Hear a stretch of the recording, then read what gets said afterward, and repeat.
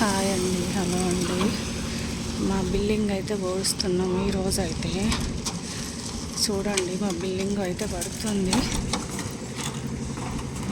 కానీ వాన పడుతుందేమని భయంగానైతే ఉంది మా మనసులలో. చాలా అంటే చాలా భయపడుతున్నాం మేమైతే.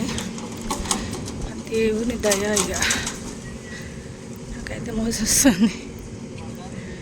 దేవుని దయ, మేమైతే చాలా అయితే దేవునికి అయితే మొక్కుకుంటున్నాము.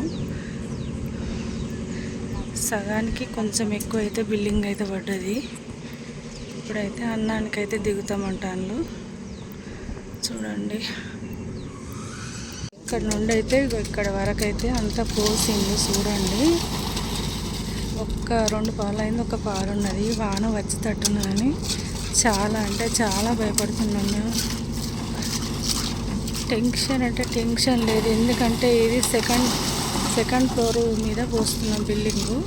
ఇది ఎందుకంటే ఎప్పటికి ఉండే బాపత్తి. కిందనంటే మళ్ళీ మనం రూములు కడతాం, కానీ అది ఏం కాదు. రూములు కడతాం, కానీ ఇది రూములు కట్టలేం కదా. ఇది పైన కొత్తగా నార్మల్గా ఉండేది కాబట్టి వాన కొడితే ఏమవుతుందో అన్న టెన్షన్ అయితే బాగా ఉన్నది.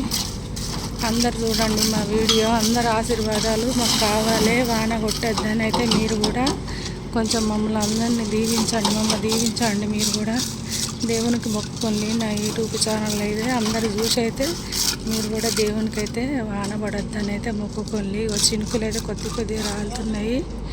బాగా టెన్షన్ అవుతుంది, ఎట్లయితుందో ఏం కథో ఏం. మా ఆయన కూడా మస్తు టెన్షన్ పడతాడు. ఇక్కడ మా ఆయన ఇక్కడ ఛత్రి పైన పడతాడు. మా ఆయన మస్తు టెన్షన్ పడతాడు. అందరం టెన్షన్ పడతాడు. నా కొడుకు కూడా టెన్షన్ పడతాడు. ఇది ఒక్కటి పడేదాకా వాన కొట్టకుంటుంటే అమ్మ మంచిగా ఉండను. నా కొడుకు కూడా టెన్షన్ పడతాడు. మేమంటే చాలా బాధపడతాను. స్లాబ్ పడుతుంది కదా, ఎట్లా ఉంటుందో ఏం కథో అని అయితే బాధపడుతున్నాం. ఎలా చేస్తుందో వాన, భగవంతుని దయ ఆయన చేతిలో ఉన్నది. మన చేతిలో ఏం లేదు.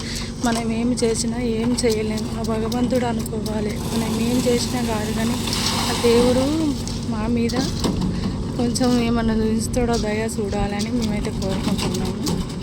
ఇక చూడండి, బిల్డింగ్ వస్తున్నా చూడండి, మిషన్ అయితే నడుస్తుంది.